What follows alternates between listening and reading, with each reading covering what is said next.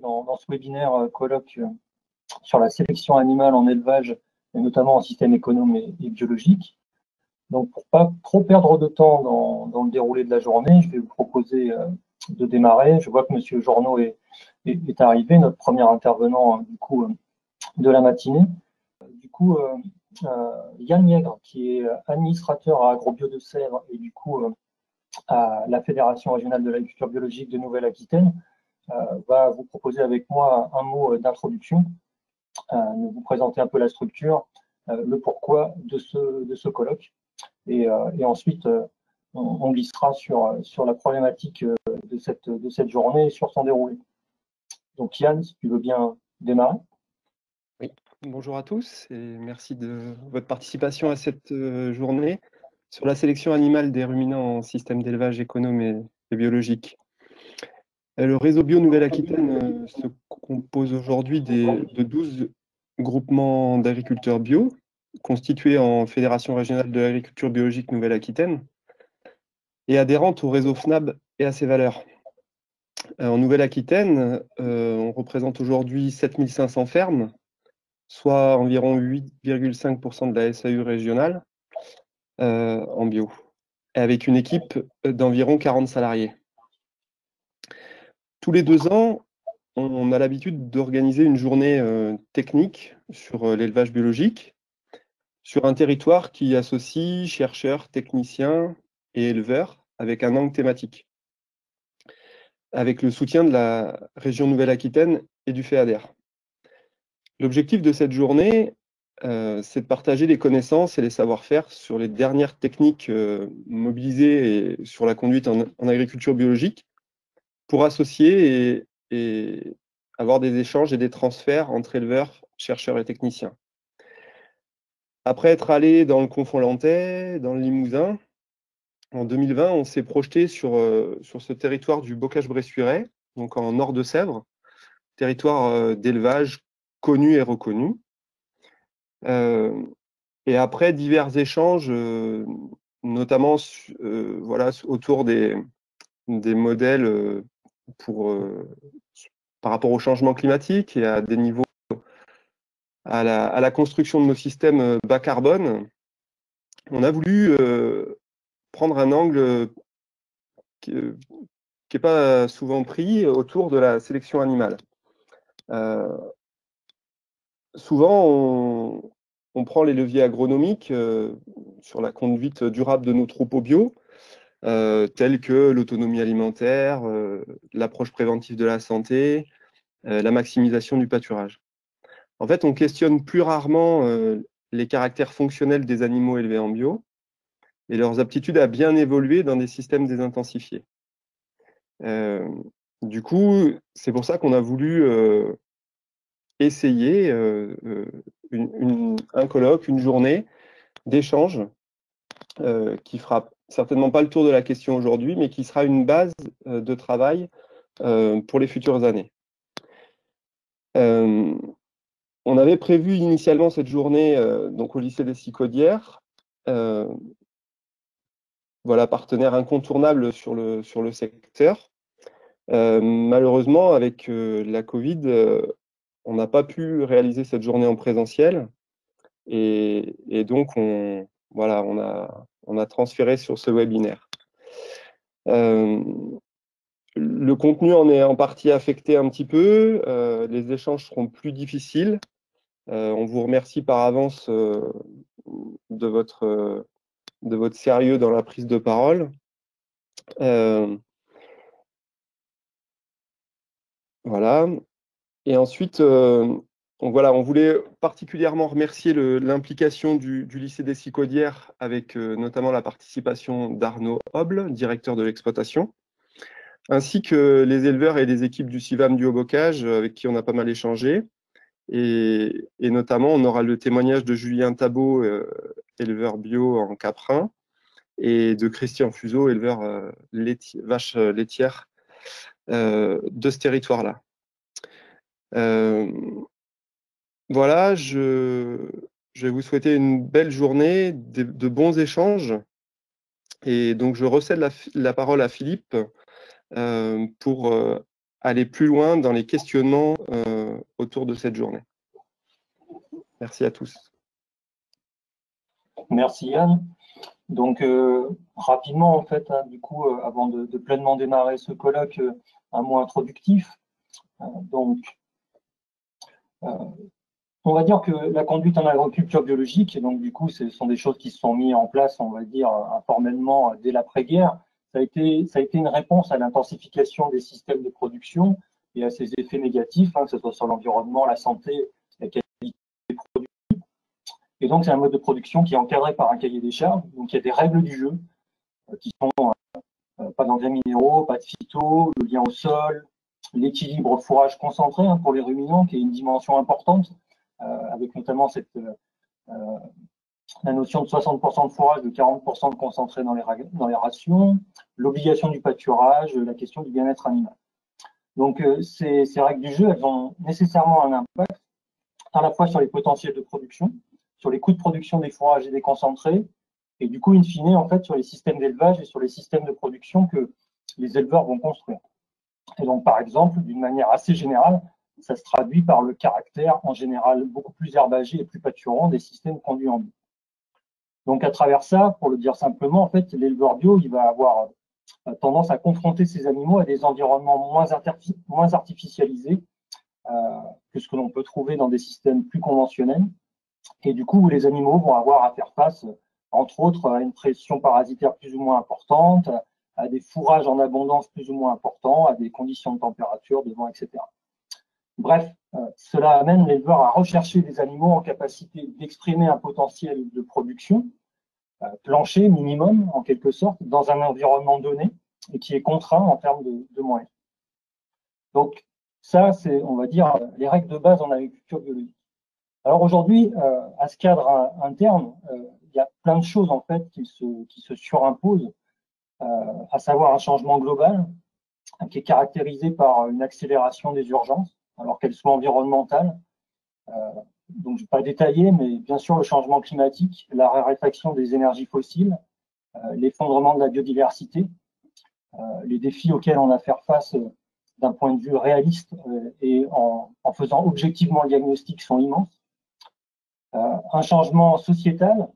Donc, du coup, dans nos pays du Nord, hein, pour rester sur des appellations classiques qui sont peut-être pas forcément les bonnes aujourd'hui, mais avec une tendance plutôt baissière en fait à la consommation de produits animaux, alors qu'au sud, elles sont plutôt en hausse, donc qui posent des questions de compétition fit food, pour le résumer, à l'échelle mondiale.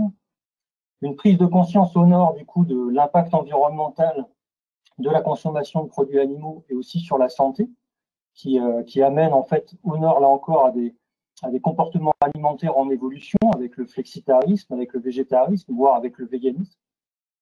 Et là encore, au nord, des attentes des consommateurs de plus en plus marquées sur le plan du respect et du bien-être animal. Par-dessus ça, un contexte économique. Le pouvoir d'achat, il est corrélé à la santé des économies. Donc forcément, conjoncturellement, ce qui se passe, et par exemple avec la Covid, a un impact sur le pouvoir d'achat, sur la consommation alimentaire et du coup sur nos filières alimentaires et notamment la filière bio. Des pratiques de consommation du coup qui sont héritées, qui sont en mutation, mais qui sont du coup pas forcément toujours en cohérence avec les enjeux environnementaux et sociétaux qu'on a pointés plus haut. Et du coup, au milieu de tout ça, des filières biologiques qui vont être partagées entre répondre aux attentes des consommateurs, parce que cela reste un marché où les opérateurs sont en concurrence et cherchent à satisfaire la demande, et du coup partager avec, d'un autre côté, une vision de valoriser les produits des systèmes biologiques classiques. Alors je l'ai mis entre guillemets, au sens où on va chercher en fait, dans le cadre qu'on a énoncé au tout début, hein, dans le cadre du cahier des charges biologiques, à être bien calé sur les cycles naturels et à produire des produits, on va dire, optimisés dans ce contexte-là. Et moi qui viens de la brebis, l'exemple le plus criant, par exemple, est la question de l'agneau de Pâques. Alors, vous savez que la plupart des races de brebis sont saisonnées et que du coup, en fait, une majorité des agneaux biologiques vont sortir sur le deuxième semestre de l'année. Et pourtant, on a une demande de consommation très forte à Pâques. Donc, du coup, des enjeux partagés entre produire en saison ou produire en contre-saison en fonction de la demande. Donc, ces enjeux qui se surimposent en fait à l'agriculture biologique des débuts des années 60-70, ils font que le contexte d'aujourd'hui il se caractérise en fait par une impulsion globale qui est de plus en plus forte vers des systèmes de production agricole plus respectueux de l'environnement, donc d'une manière générale. Donc ce mouvement, il commence quand même à être relativement ancien. On va dire qu'il est de plus en plus marqué. Donc j'ai mis quelques dates clés, moi, qui m'ont marqué. Jacques Pauly, directeur de l'INRA, qui écrit en 78 pour une agriculture plus autonome et économe. Toute la suite, en fait, des mesures, on va dire, environnementales des années 80-90 à 2000 qui suit jusqu'à l'intégration des paiements verts dans les piliers de la PAC. Et puis plus récemment, dans la décennie 2000, le ministère de l'Agriculture qui repositionne les principes de l'agroécologie.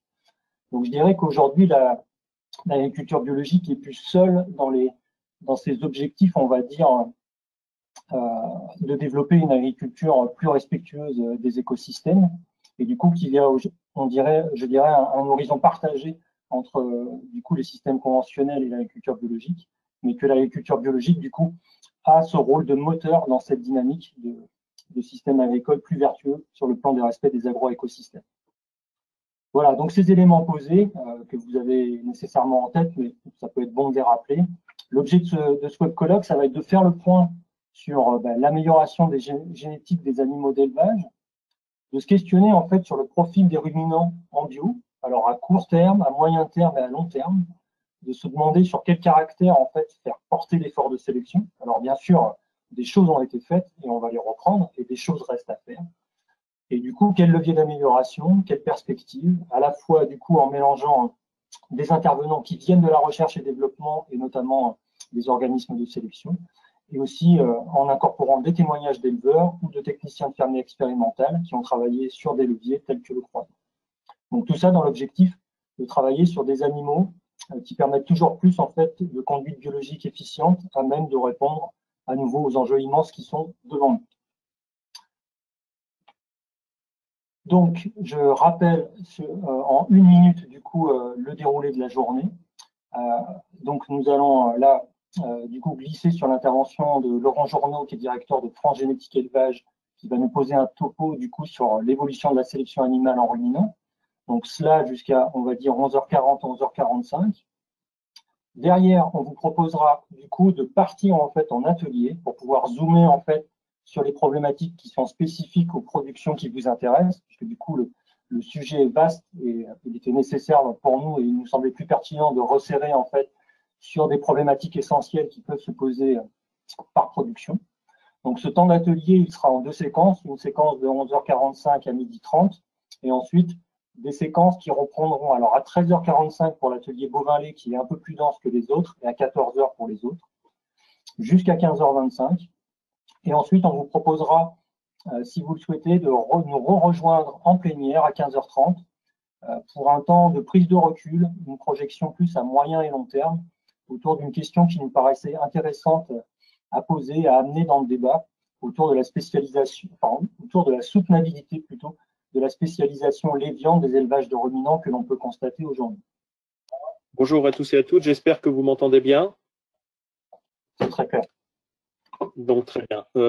Bonjour, donc je suis Laurent Journeau, je suis le directeur de France Génétique Élevage. France Génétique Élevage, c'est l'interprofession qui coordonne en fait les activités de sélection des ruminants au service des organismes de sélection et des partenaires du dispositif génétique en termes de recueil de performances, de gestion des systèmes d'information, le tout articulé autour de bases de données nationales, de systèmes de management de la qualité pour assurer la qualité du recueil des informations et de leur traitement jusqu'au calcul de valeur génétique. Oui, alors, voilà. Donc, je vais vous faire une présentation. Il va y avoir un certain nombre de rappels des principes d'amélioration génétique. Et puis, on va s'interroger sur la réponse aujourd'hui à des systèmes de production variés en termes d'organisation de sélection, d'orientation de sélection et en présentant un certain nombre d'exemples. Tout ça pour nourrir en fait la réflexion que vous pourrez avoir dans les ateliers. Alors, le rappel d'abord que je voulais faire, c'est que un objectif de sélection, un programme de sélection, ça se définit dans un contexte économique, social, d'environnement et de système d'élevage qui doit conduire en fait à définir d'abord les objectifs de sélection de façon globale, on reviendra sur cette notion, qui découle après sur des caractères à sélectionner, la mise en place de recueils d'informations spécifiques pour collecter les données dont on a besoin. On va les évaluer au travers de modèles statistiques d'évaluation génétique. Ces informations-là seront après injectées dans une organisation d'étapes de sélection qui va intégrer la biologie des espèces, le type d'outils dont on dispose, pour avoir un choix de reproducteurs qui soit adapté. Ces choix de reproducteurs vont être mis en œuvre à des échelles différentes, avec en fonction des besoins disponibles, des outils disponibles, et ça va permettre l'organisation du programme de sélection, à la fois dans le choix et dans la diffusion des reproducteurs, en utilisant les différentes voies de dissémination du progrès génétique, que ce soit de la monte naturelle, que ce soit de l'insémination, mais aussi sur le choix des femelles pour le renouvellement des troupeaux dans les élevages, ou pour la circulation, la vente et l'achat de femelles. Il y a forcément une phase de feedback, d'analyse des résultats pour mesurer l'efficacité du programme et s'assurer régulièrement qu'elle est toujours en phase avec le contexte économique, social et environnemental des systèmes d'élevage. C'est des cycles qui sont relativement longs. En bovin, ce cycle-là, pour revenir sur l'efficacité du programme et la faire évoluer, c'est un pas de temps de 5 à 10 ans. En petits ruminants, les cycles sont plus condensés et ils sont entre 4 et 7 ans. En bovin, avec l'arrivée de la sélection génomique, la vitesse de ces cycles a eu tendance à diminuer. Je rappelle le principe général de la sélection, c'est que si on a une population et que l'on apparente, quand on fait les accouplements au hasard, normalement, la moyenne de la population va peu varier, ou elle va varier sous le fait du hasard, alors que quand on est dans la sélection, on va estimer le potentiel génétique des animaux au travers des index. On va sélectionner des parents les plus appropriés à l'objectif de sélection et les descendants des animaux sélectionnés auront une performance moyenne qui sera meilleure que celle de la génération précédente. La sélection modifie donc le niveau moyen de la population et c'est un phénomène relativement lent qui a l'avantage d'être cumulatif. Donc, si on avance à petits pas, on avance toujours dans une direction. Ce qui est important aussi de voir en France, c'est qu'on a des populations très importantes de ruminants, qui sont rappelées sur le nombre total de femelles sur la colonne saumon, mais qu'en fait, la France se caractérise par des pourcentages de femelles filiées dont on connaît les parents, ou de pourcentages de contrôle de performance qui sont élevés à très élevés par rapport à ce qui existe dans le reste du monde. Dans les vaches laitières, on est dans des systèmes relativement élevés. En vache allaitante, on présente la plus grande base de sélection mondiale avec le taux d'enregistrement de femelles filiées qui est supérieur à tout ce qui existe par ailleurs dans le monde. C'est un peu la même chose en brebis laitières, avec des schémas vraiment avec des échelles qui n'existent nulle part ailleurs, en particulier si on prend la race Lacaune, mais même quand on prend les montages de schémas qui sont faits dans les autres bassins laitiers, Corse ou Pyrénées. C'est en brebis allaitante où le taux de pénétration est plus faible, la population est plus limitée, et où, même si les systèmes français sont efficaces, on va trouver en d'autres pays comme la Nouvelle-Zélande par exemple, ou l'Australie, des systèmes à plus grande échelle. Et puis en chèvre, là aussi, on a un taux de pénétration du contrôle de performance qui est très fort par rapport à ce qu'on observe dans quasiment tous les pays du monde. Et on peut dire qu'on a le schéma de sélection en chèvre laitière qui est le plus structuré du monde.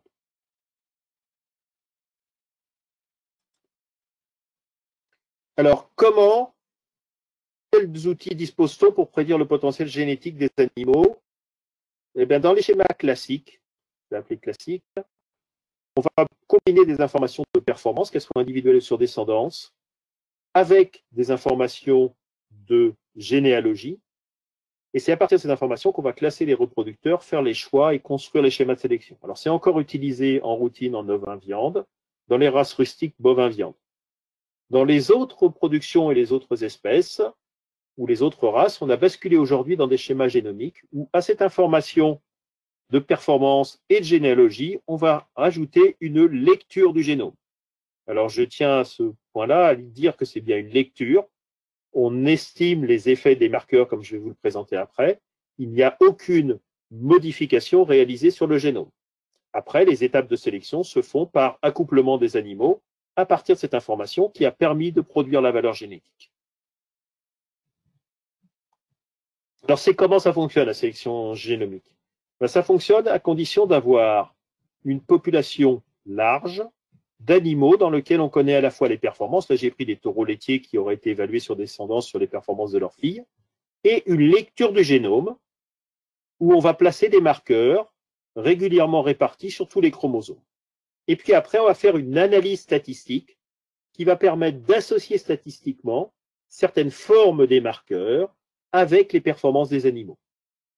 Une fois qu'on a ces informations-là, et qu'on peut suivre les segments chromosomiques ou les marqueurs de génération en génération, quand on a un nouvel individu candidat à la sélection, dès la naissance, à partir d'une extraction de l'ADN, qui peut se faire à partir du sang ou à partir de cartilage, on va être capable de prédire la valeur génétique de ces animaux. D'où un gain de temps, un gain d'efficacité, parce que ça permet de prédire des caractères qui sont parfois présents très tardivement dans la vie de l'animal, quand je pense à de la longévité, quand je pense à de la fertilité, par exemple, et donc des choses qui ont fortement restructuré les schémas de sélection et amélioré leur efficacité. Alors ça s'est accompagné, ces évolutions techniques vers la sélection génomique qui s'est généralisée en bovin laitier au début des années 2000, qui est arrivée en bovin viande au milieu des années 2010, et qui est arrivé en ovin lait et en caprin laitier dans les 4 ou 5 dernières années. Ça s'est accompagné d'une augmentation des caractères évalués chaque année. Là, on a pris tous les ruminants, on a cumulé les caractères qui sont évalués à chaque évaluation génétique, on les a qualifiés de caractères de facilité de travail, de santé, longévité, efficacité de carrière, de production, de qualité des produits et de reproduction et d'élevage des jeunes. Et vous voyez bien que on aurait pu remonter encore plus loin dans le temps et avoir des choses plutôt centrées sur la production, mais dès les milieux des années 2000, on avait déjà une part de production, des index de reproduction qui étaient de façon importante en nombre de caractères, et on avait commencé à intégrer des caractères de santé et de longévité. Et vous voyez bien qu'au fil du temps, ce qui se passe, c'est que les caractères de production augmentent, mais de façon très limitée, que l'on va avoir une augmentation des informations sur la reproduction, une augmentation assez massive des caractères de santé et l'apparition de caractères liés à la qualité des produits et aux facilités de travail. C'est une autre illustration que j'ai prise en race bovine allaitante, là. Hein. Vous voyez, là, les couleurs donnent les familles de caractères, pardon. Là, vous avez dans les cartouches l'apparition pour les différentes races qui sont mises sur un pas de temps jusqu'en 2015. Et vous voyez très nettement, alors qu'on a été centré sur une indexation au sevrage avec des effets génétiques directs et maternels en 2004-2005, qui était déjà intéressant, puisqu'en plus de la production numérique, production au sevrage, on avait quand même des effets d'allaitement, de facilité de vélage, par exemple. On a une différenciation ou un enrichissement avec l'information sur les aptitudes bouchères à partir de données commerciales d'abattage, dans lequel on peut intégrer des éléments de croissance aussi et de fertilité, de longévité, de vie fonctionnelle, pour aller jusqu'à aujourd'hui, des informations sur l'efficacité de la carrière, la longévité, et puis des indexations aussi à destination des veaux de production croisées sur veaux de boucherie, par exemple. Alors, pour conduire une population, une sélection d'une race, il faut un objectif de sélection. La question, c'est comment est-ce qu'on construit cet objectif de sélection? Il faut arriver à orienter de la sélection à long terme. Je vous ai dit que les cycles étaient d'à peu près au minimum une dizaine d'années, en essayant d'intégrer au mieux toutes les attentes. Hein. Ça peut être des préoccupations sanitaires et environnementales, des notions d'image de service, des diminutions, bien sûr, de coûts de production, de bien contribuer à la place de l'élevage dans la société, et puis bien sûr des éléments qui sont de baisse de consommation et de contraintes de marché, comme c'était très bien dit dans l'introduction de M. Demaison. Donc, pour définir ces objectifs de sélection, c'est le rôle des organismes de sélection, qui sont aujourd'hui les organismes agréés par l'État pour conduire les programmes de sélection pour une population raciale donnée. Et pour établir ces objectifs de sélection, on va intégrer plusieurs considérations, bien sûr des considérations économiques, et on aura un raisonnement économique avec un modèle bioéconomique où on va simuler le fonctionnement des exploitations et le fonctionnement des races, et on va les confronter à aux conditions de commercialisation, aux coûts de fonctionnement des exploitations. On peut intégrer aussi des éléments biologiques et des éléments sociaux pour obtenir des éléments de raisonnement technique, soit en passant par une quantification économique de ces éléments-là, soit en intégrant d'autres techniques d'appréciation de l'importance à donner à ces caractères. Donc, ce qu'on va faire, c'est qu'on va décrire les systèmes. On va simuler après ces systèmes parce que ce qu'on a besoin, c'est de projeter les populations à 10 ou 15 ans. Hein, et qu'on va aussi pouvoir faire varier des paramètres techniques ou des paramètres de l'environnement économique. On va évaluer ainsi la valeur économique des caractères. On va prendre en compte pour ces valeurs économiques de caractère la façon dont elles se transmettent de génération en génération. Est-ce qu'elles sont très héritables ou pas beaucoup héritables? Est-ce qu'elles sont beaucoup contrôlées par la génétique ou pas beaucoup contrôlées par la génétique? Et quand on sélectionne sur un caractère, comment ça a des conséquences sur les autres? À partir de ça, ça permet, en intégrant les orientations raciales, une dimension politique et de projection, de prospective de la race, de construire des indices de sélection raciale. Je vous en ai donné un certain nombre d'exemples parce qu'ils ont beaucoup évolué sur les années récentes et ils se sont beaucoup diversifiés, notamment quand on est passé en sélection génomique dans un certain nombre de populations. Le progrès supplémentaire permis par la sélection génomique a généralement conduit à une ouverture sur un plus grand nombre de caractères et sur un poids plus important donné aux fonctionnels. L'autre point, avant de présenter les index de synthèse, que je voulais vous dire, c'est que on le fait à partir d'une population, ces simulations ou ces index de synthèse, ils sont construits à partir d'une population très variée, de systèmes très variés. Je l'ai illustré de deux façons. Vous voyez là, sur le graphique qui est en bas, sur une race qui doit être le charolais, j'ai oublié de redemander à Philippe Boulestet, mais la répartition des effets troupeaux ou des moyennes de performance au sevrage qui sont observées sur l'ensemble des troupeaux contrôlés, sur les 2955 troupeaux qui sont là. Et vous voyez qu'il y a à peu près facilement 150 kg d'écart entre les élevages avec les effets de milieu les plus favorables et ceux avec les effets de milieu les moins favorables.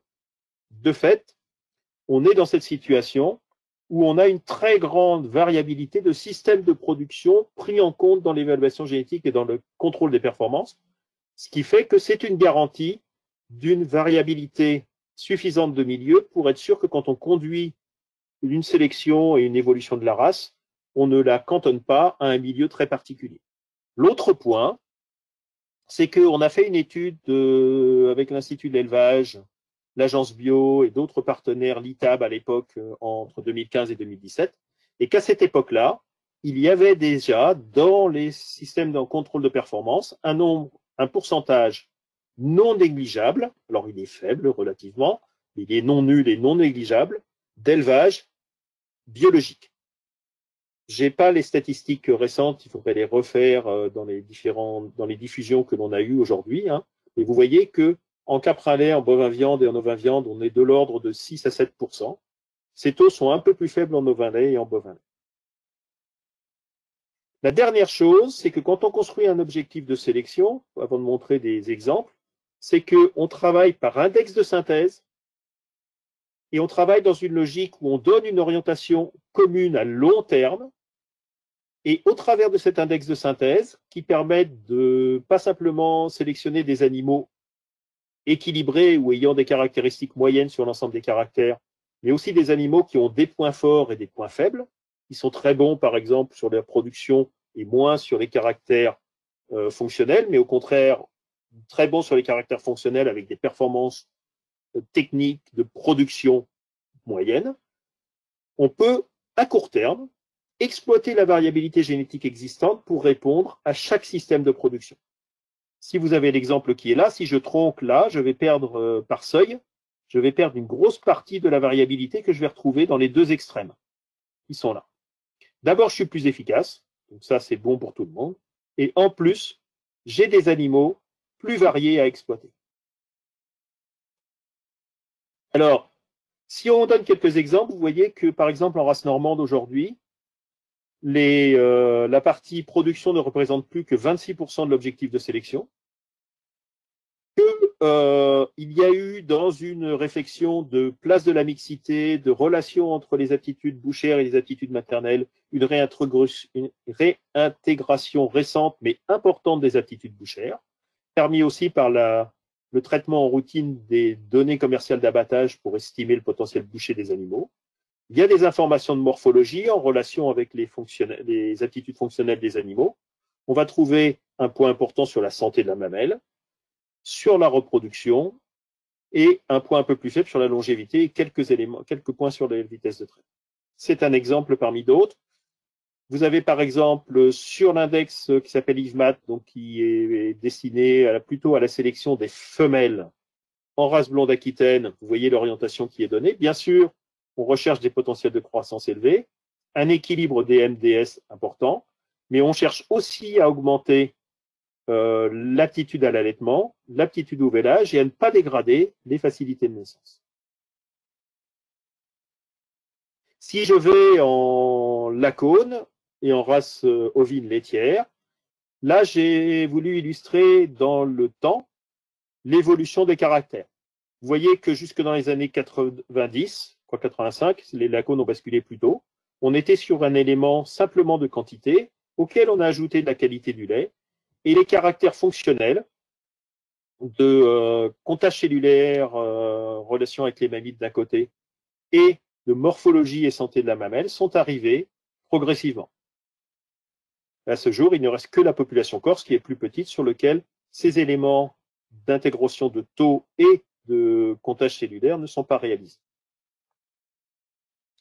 Et puis, je voulais illustrer un exemple Montbéliard. Il y a une thèse de doctorat qui a été faite par Marie Béraudier, que vous pouvez trouver sur Internet, qui est très réfléchie à comment mieux adapter les conseils génétiques à l'élevage, et qui, pour un troisième volet de sa thèse, a fait une simulation de réponse de plan d'accouplement se devant différents objectifs de sélection d'élevage, qu'elle a appelé ISEL, en opposition ou en complément de l'orientation de sélection raciale.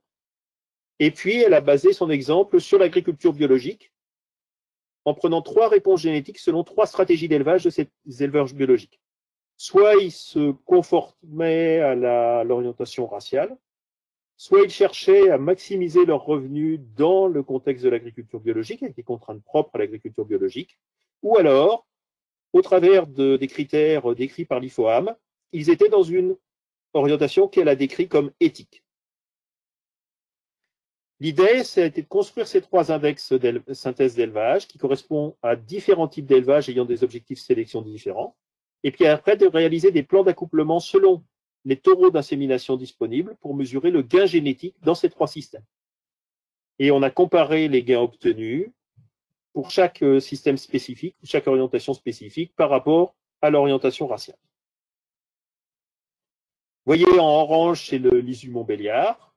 En agriculture biologique, vous allez trouver les 2 systèmes. En vert, le système économique, et en gris, le système éthique. Vous voyez que les résultats donnent des modulations de caractères différents suivant les orientations de l'éleveur. Là, on voit bien le système ISU plutôt orienté sur un aspect production avec moins de poids sur la santé, un poids par contre assez important sur la fertilité et des informations de morphologie. Quand on va vers le système agriculture biologique, il y a plus de poids sur la production, santé de la mamelle. La fertilité est un peu plus faible, mais par contre, il y a une intégration beaucoup plus forte de la longévité. Il y a moins de poids sur les autres caractères. Et puis, quand on est sur un caractère éthique, là, effectivement, c'est les aspects de santé, de fertilité, de longévité et d'autres caractères de santé de l'animal qui vont passer en premier, avec un poids donné à la production qui est beaucoup plus faible. Alors, la question qui se pose, c'est est-ce qu'il existe des taureaux dans le catalogue aujourd'hui du Motest, puisque ça a été fait dans le cadre d'entreprises de sélection, organisme de sélection Montbéliard Motest. Est-ce qu'il existe des taureaux pour moi? Alors, bien sûr, il existe des taureaux sur l'ISU, puisque c'est l'orientation de sélection de la race. Mais est-ce qu'il en existe sur l'éthique et sur, la production AB économique? Eh bien, on voit que oui. Hein, là, vous avez la distribution sur l'ISU de tous les taureaux, et vous voyez comment les ISELS, les index de synthèse recalculés pour chacun des systèmes de production, se répartissent. Ça veut dire que, effectivement, quand on est sur l'orientation de sélection raciale, on est plutôt sur la droite. Là, on va exploiter peut-être des taureaux qui auront des ISU moins élevés, mais on en trouve un nombre non négligeable qui peuvent permettre de répondre aux besoins spécifiques des éleveurs. Et quand on fait ça, eh bien, on s'aperçoit qu'on a des progrès génétiques dans les exploitations qui répondent aux objectifs de sélection de l'éleveur. Plus que si on avait fait la sélection sur l'ISU. Si on a fait la sélection sur l'ISU, on aurait eu cette réponse-là. Si on fait bien la sélection sur cette orientation spécifique, cette combinaison spécifique de caractères, on va être capable d'augmenter de 16% la réponse à la sélection et on aura 43% d'accouplements différents par rapport au fait qu'on les ait fait sur l'ISU. Et que si on est sur l'ISU, pour l'orientation éthique, là, on va pouvoir avoir un gain de 38% supérieur à celui qu'on aurait fait avec l'ISU, et le part d'accouplement qui est différent par rapport à celui qu'on aurait fait avec l'ISU est plus élevé, il est de 55%. Mais ça veut dire qu'en exploitant la variabilité existante par rapport à une autre orientation moyenne raciale, on est capable de répondre à des besoins spécifiques. Alors, vous allez me dire, c'est très très bien ça, mais est-ce que les systèmes biologiques sont encore dans la continuité de ces systèmes-là, ou est-ce qu'on a des systèmes qui arrivent à un endroit où il y a des phénomènes de rupture? Ça, c'est une notion sur laquelle les généticiens s'apesantissent et sont très attentifs depuis très longtemps. Ça s'appelle la notion d'interaction entre l'animal et son environnement, ce que les généticiens appellent l'interaction génotype-milieu, et qu'on a l'habitude de nommer G fois E, G pour génétique, E pour environnement et X pour signifier l'interaction entre les deux. Il y a un certain nombre de caractères sur une plage d'effets de milieu donnés, de systèmes de production donnés, où on note des absences d'effets d'interaction. Ça veut dire que, quel que soit le génotype de l'animal que je prends, quel soit son potentiel génétique, quand je le place dans un environnement A ou B, eh bien, il répond différemment parce que l'environnement est plus ou moins favorable à l'expression complète des performances, mais le classement des individus reste toujours le même. Après, il y a d'autres caractères où l'expression dans des milieux contraints se fait avec une variabilité beaucoup moindre que dans des milieux où on peut exprimer complètement le potentiel des animaux, mais il n'y a pas de reclassement. La hiérarchie des génotypes, la hiérarchie des valeurs génétiques reste toujours la même. C'est ce cas qui est présenté ici. Vous voyez, le milieu 1 est plus favorable à l'expression du caractère, et donc il entraîne une plus grande variabilité de la réponse ou de l'expression du caractère que dans le milieu 2. Mais par contre, le génotype C, le taureau vert, reste toujours le plus faible, celui avec les moins bonnes performances par rapport au taureau en bleu. Alors bien sûr, il y a le troisième cas, celui sur lequel on peut être confronté et qui, lui, est beaucoup plus embêtant par rapport à des évaluations génétiques réalisées sur l'ensemble des systèmes de production, qui est les cas où il y a une interaction entre le génotype et le milieu, une interaction qui entraîne dans des milieux spécifiques un reclassement complet des individus. C'est-à-dire que si on a fait le classement des individus à partir de performances récoltées dans un milieu E1, on ne pourra pas connaître de façon certaine, de façon suffisante, la réponse à la sélection dans le milieu E2. Donc ça veut dire que là, il faut intégrer de façon spécifique ces reclassements des performances des animaux en fonction de leur génotype ou de leur potentiel génétique. Alors, la difficulté qu'il y a, c'est que des caractères qui sont susceptibles de présenter ces caractéristiques-là on va voir qu'on en a de plus en plus dans des orientations de sélection qui prennent de plus en plus des caractères fonctionnels. Et donc ça, c'est un des enjeux à venir. Quand on met plus de poids sur les index fonctionnels, donc moins orientés sur la production, quand on rentre des index de fertilité, de longévité, de résistance aux maladies, on va avoir ces caractères qui vont devenir de plus en plus fréquents dans les objectifs de sélection. Et puis demain, on pense qu'on va rentrer des index d'efficacité alimentaire, de réduction d'émissions de gaz à effet de serre, d'adaptation au changement climatique, d'orientation du produit fini. On peut même rajouter de la robustesse, ou de la résilience, c'est-à-dire qu'un animal est capable de retrouver un niveau de production après un événement climatique ou sanitaire.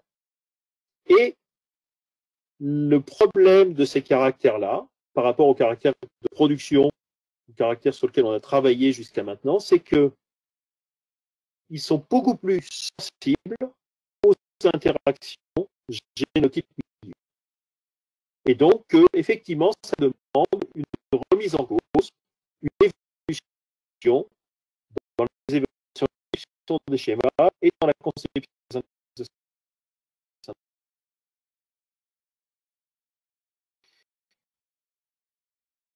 Donc, cette évolution, elle s'accompagne aussi d'une réflexion de si aujourd'hui,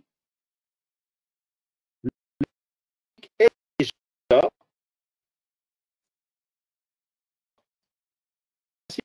écologie. Alors, les uns après les autres, je ne vais pas les lire complètement, mais vous pourrez en disposer. Vous pourrez aller voir l'article de production animale de 2017. Lorsqu'on regardait le premier principe, c'est la gestion intégrée de la santé animale, y compris le bien-être. En 2017, par les conduites qui étaient faites ou les orientations de sélection, ce niveau de conformité à l'agroécologie semblait fort. Et les tendances que l'on observe depuis sont fortes aussi. On réintègre des gènes sans cornes. Au travers de l'Observatoire national des anomalies bovines, on peut intégrer de meilleures connaissances des anomalies génétiques. Et ces éléments-là sont de plus en plus importants. Et puis, les caractères de santé, comme la résistance aux parasites gastro-intestinaux, la paratuberculose, des choses comme ça, sont aussi super importants. Quand on prend le deuxième principe, qui est la réduction de l'utilisation des intrants, les efficacités, les recherches d'efficacité et la mesure des animaux dans des domaines, dans des élevages réels de production à très forte autonomie alimentaire, ce qui est le cas de la très grande majorité des systèmes ruminants français, fait que ce niveau de prise en compte de ce critère d'agroécologie était lui aussi très bon. Et les tendances sont aussi fortes là-dessus, puisque en termes d'efficacité alimentaire, de maîtrise des rejets, etc., il y a des projets de recherche qui vont déboucher sur de nouvelles valeurs génétiques, telles que Bifaline, Défilet, ou un programme international sur l'efficacité alimentaire des vaches laitières, qui vont déboucher sur des résultats qui vont être exploitables. Le troisième principe d'agroécologique, c'est la réduction de la pollution et l'amélioration de l'efficacité métabolique des systèmes. Là, on était moins performant. La tendance est positive, mais elle est aussi moins forte que sur les deux premiers critères. Là aussi, les critères d'augmentation de l'efficacité des animaux, mais aussi de participation aujourd'hui au consortium méthane pour des mesures de rejet d'animaux, sont certainement des pistes très intéressantes de diversification des critères de sélection et d'une meilleure réponse à cette dimension-là de l'agroécologie. Alors, après, le dernier, ou l'avant-dernier, je ne sais plus, c'est l'amélioration de la diversité pour améliorer la résilience des systèmes. Là, on sait que la génétique a provoqué des goulots d'étranglement. Il y a une prise de conscience depuis une quinzaine d'années, elle est à notre avis pas suffisante. La tendance, elle est égale à peut-être négative parce que les pressions données par la sélection génomique peuvent faire déraper très rapidement la variabilité au sein des populations en sélection. Mais néanmoins, il y a aussi des points positifs qui consistent à restituer annuellement l'ensemble des critères de variabilité génétique pour les populations pour permettre une meilleure gestion. C'est le programme VARUM. Il y a des outils d'optimisation des accouplements qui sont très, très intéressants dans ce sens-là. Il y a eu une présentation de Marie Béraudier, la fille dont je vous ai présenté les premiers résultats de thèse tout à l'heure, au 3R hier dans la session génétique, qui sont très intéressants sur comment j'intègre le maintien de la variabilité génétique la non-augmentation des fréquences des anomalies génétiques en plus des critères économiques dans mon index de synthèse. Et puis, on a 2 gros projets d'adaptation là-dessus, sur la résilience des systèmes, qui s'appellent Gentor et Smartech. Ce sont 2 gros projets européens qui, dans les 3 ans à venir, devraient proposer des résultats très intéressants pour améliorer l'adéquation de ce volet de la génétique à l'agroécologie. Et le 5e, c'est la préservation de la diversité biologique. Alors, si on le considère dans les populations en sélection, je vous dis, c'est pas super génial. Par contre, en France, il y a eu un travail énorme sur la conservation des petites races, des races d'effectifs limités, avec en plus l'ouverture des services à l'ensemble de ces races. Ce qui fait qu'aujourd'hui, on présente une diversité qui est présente dans très peu de pays au monde. En plus, on a des projets structurants en vue de préserver ce patrimoine génétique, qui sont la cryobanque nationale, où on collecte des stocks représentatifs de l'ensemble des populations sous forme de semences et d'embryons. Et puis, la structuration de l'usage de ces ressources biologiques à des fins de technique, reconstitution, recherche au travers d'un projet qui s'appelle CRBNI. Pour conclure mon propos et laisser un peu de temps aux discussions, même si j'étais un peu plus long que prévu, c'est que la génétique, c'est un outil de durabilité. Parce qu'on est capable d'intégrer dans une démarche à long terme ces éléments-là. Et par son volet cumulatif, il permet effectivement d'adapter les animaux à des milieux variés ou à des contraintes, diminution d'antibiotiques, diminution de traitements, choses de ce type. Et ça peut être un outil agroécologique, même s'il n'est pas, on ne répond pas de façon optimale à tous les critères de l'agroécologique, on est quand même dans cette dynamique de façon très positive. Donc on répond aujourd'hui globalement aux besoins de tous les systèmes de production, mais on est dans une situation de diversification de systèmes, de prise en compte de critères non directement liés à la production qui font qu'il faut qu'on soit attentif. Et ça oblige à imaginer comment demain mieux répondre à la diversité par le levier génétique dans ces contraintes-là. Alors qu'est-ce qu'on va faire demain? On peut dire qu'on peut faire 3 choses si on se place à court terme, moyen terme ou long terme. À court terme, les leviers dont on dispose, ça consiste à optimiser l'exploitation de la variabilité génétique qui existe et à la préserver dans tout l'ensemble des populations. L'exemple des index ICEL dans la thèse de Marie Béraudier est un très très bon exemple. On peut affiner les index de synthèse en réintégrant d'autres caractères fonctionnels ou en changeant les poids pour mieux être adaptés aux évolutions des systèmes. Le croisement est un des outils aussi à intégrer pour plus de résilience et plus de robustesse et une adaptation meilleure des systèmes de production en bénéficiant des effets d'hétérosis ou des caractéristiques différentes des deux parentaux. Et par contre, il y a quelque chose qui est essentiel. C'est si demain on veut répondre à des systèmes variés, il faut continuer à enregistrer les performances dans ces systèmes. Si on ne connaît pas les performances spécifiques dans des systèmes, on ne peut pas y répondre par la voie de la génétique. Le moyen terme, ça va être de revoir les objectifs de sélection avec plus de résilience, plus de robustesse et encore une diversité. Alors, dans une approche de révision en profondeur, c'est-à-dire qu'on ne va pas pouvoir passer, il me semble, par des ajouts successifs de caractères, il va falloir recomposer globalement les objectifs de sélection. Et là, il y a un travail scientifique à engager autour de cette recomposition complète, révision complète des objectifs de sélection. Et puis, dans le plus long terme, je pense qu'on sera en mesure de décliner des index de synthèse et des orientations raciales par système de production suffisamment représentés. Je redis encore que ça ne sera possible que si on connaît les performances, si on recueille les informations dans les différents systèmes, y compris celles qu'on ne veut pas sélectionner. Ce n'est pas parce qu'on ne veut pas sélectionner l'augmentation du niveau de production qu'il ne faut pas enregistrer la production. Et puis, ça sera aussi des outils qui permettront d'optimiser le recours au croisement.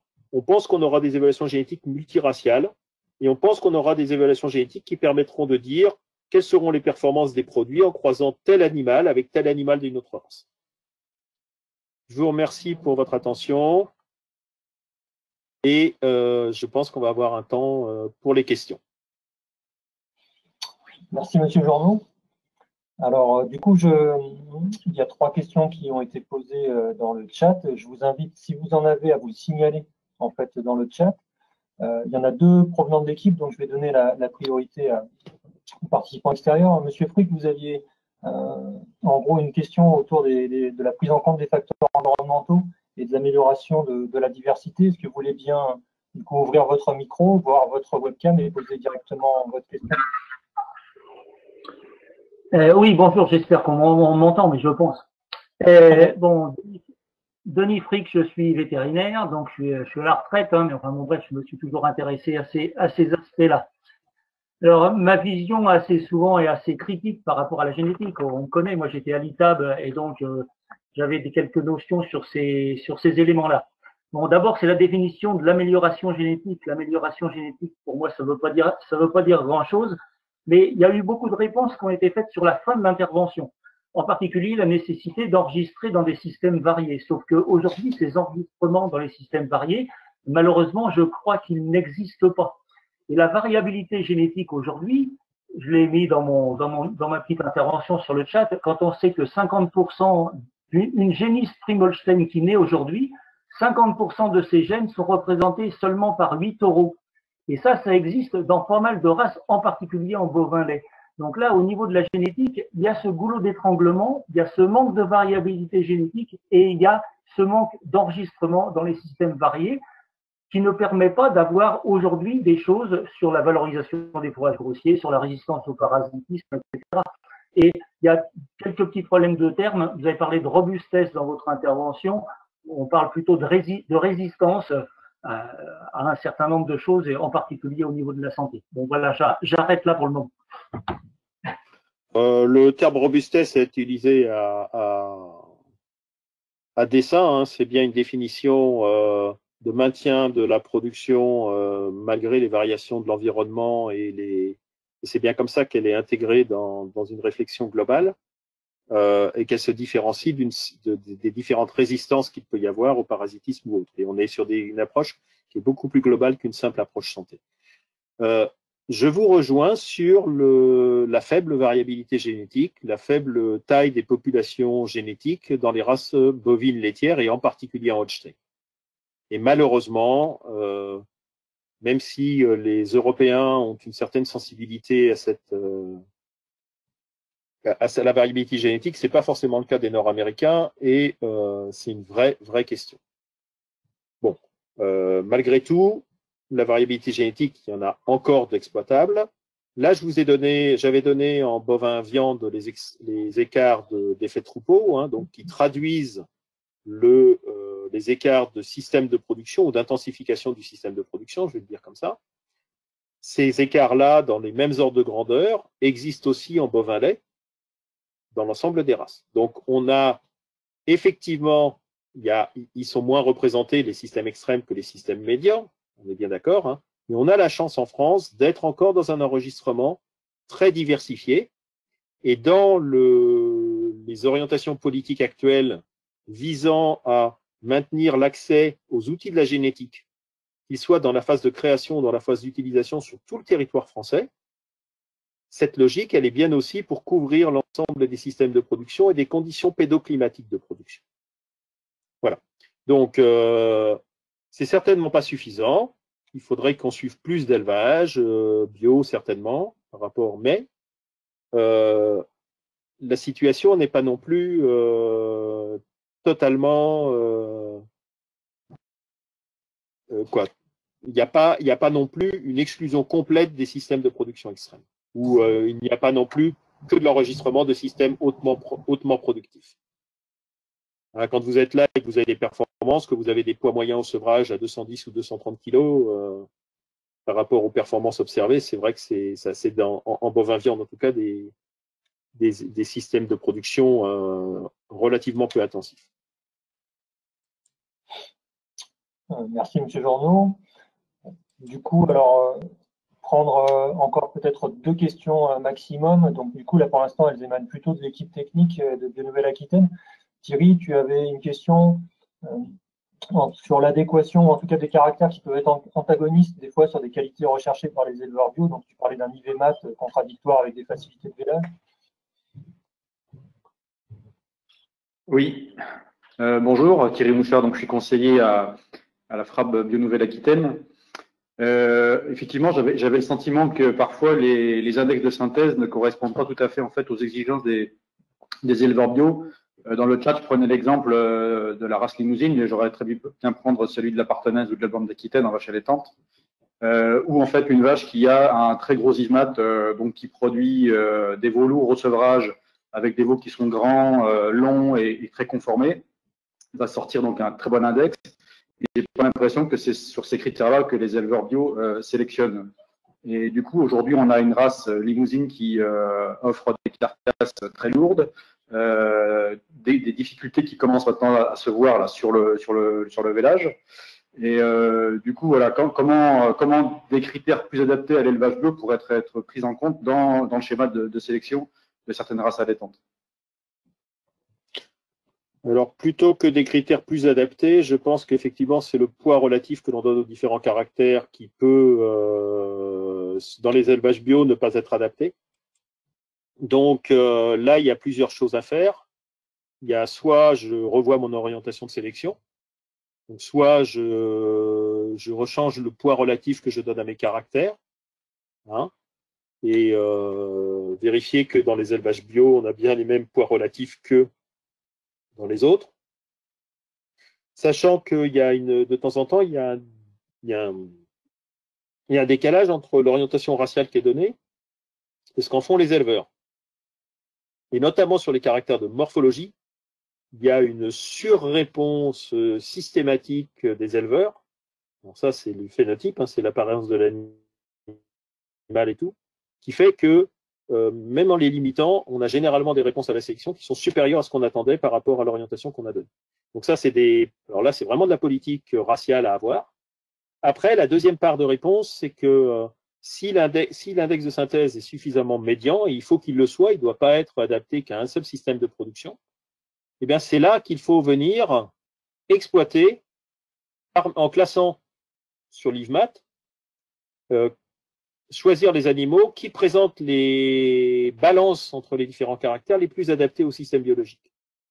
Hein, et typiquement, les constructions qui ont été faites par Marie Béraudier sur les bovins, sur le bovin Montbéliard, sont vraiment de nature à imaginer des outils qui permettent une meilleure, parmi les animaux disponibles dans le mainstream, dans le courant général d'un schéma de sélection, et c'est toujours une activité massale et d'embarquement d'une population, c'est vraiment d'exploiter chaque fois que c'est possible la variabilité génétique disponible pour avoir les animaux présentant les ratios entre les caractères ou les caractéristiques spécifiques.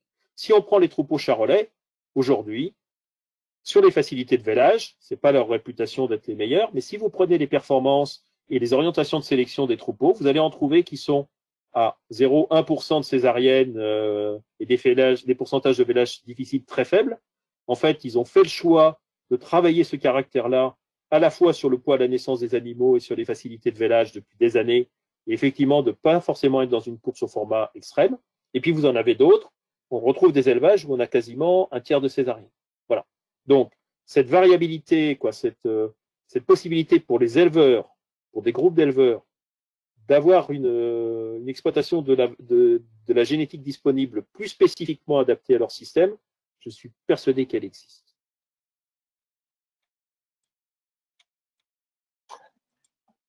Merci. Du coup, une dernière question rapide de la part peut-être de Marion. Donc, du coup, qui portait en fait sur sa préoccupation sur l'érosion en fait des éleveurs bio en contrôle de performance. Et du coup, si une stratégie, si en tout cas il y avait des réflexions stratégiques pour essayer de maintenir justement plus de contrôle de performance chez les éleveurs bio. Marion, si je trahis pas ta question. Oui, c'est bien ça. Alors, oui. il peut y avoir deux choses. Moi, je suis intimement persuadé que moins vous avez des systèmes artificialisés, plus vous avez besoin de techniques et d'enregistrement d'indicateurs pour piloter votre système. Donc ça, c'est un peu à l'encontre de peut-être d'a priori ou d'images collectives, hein. Mais donc il faut absolument, quand on rentre dans des systèmes de de ce type-là avoir des pilotages très fins. Ces pilotages, il se faut qu'en enregistrant des informations. Et en les exploitant correctement arrière, mais si on ne les a pas enregistrés au départ, c'est très difficile de le faire. Donc je pense que ça, c'est très important et que peut-être il y a aussi un phénomène qui est que les besoins spécifiques des agriculteurs biologiques ou des systèmes de ce type-là, dans les contrôles de performance, ne sont pas suffisamment intégrés.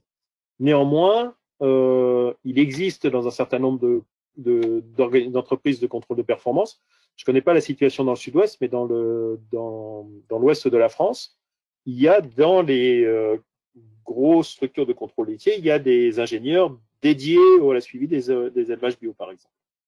Voilà. Donc, il y a bien une réponse technico-commerciale aux besoins spécifiques des éleveurs bio. Alors, je ne sais pas si c'est le fait que quand les éleveurs passent en bio, ils démissionnent ou ils ne continuent pas le recueil de performance. Je ne sais pas quel est de la poule ou de l'œuf le premier. Est-ce qu'ils n'ont pas de réponse à leurs besoins spécifiques? Ou est-ce que c'est parce qu'il y a une considération générale de dire ils sont en bio, ils n'ont plus besoin de technique? Mais je pense que c'est quoi, il faut vraiment changer les mentalités là et se dire au contraire que le pilotage d'une exploitation biologique, il est plus fin que le pilotage d'une exploitation artificialisée, où on peut compenser des variations de contraintes de paramètres environnementaux par des apports extérieurs. Très bien. Merci pour votre réponse. Du coup, Monsieur Journeau, on vous retrouvera du coup à 15h30 pour un temps d'échange de clôture.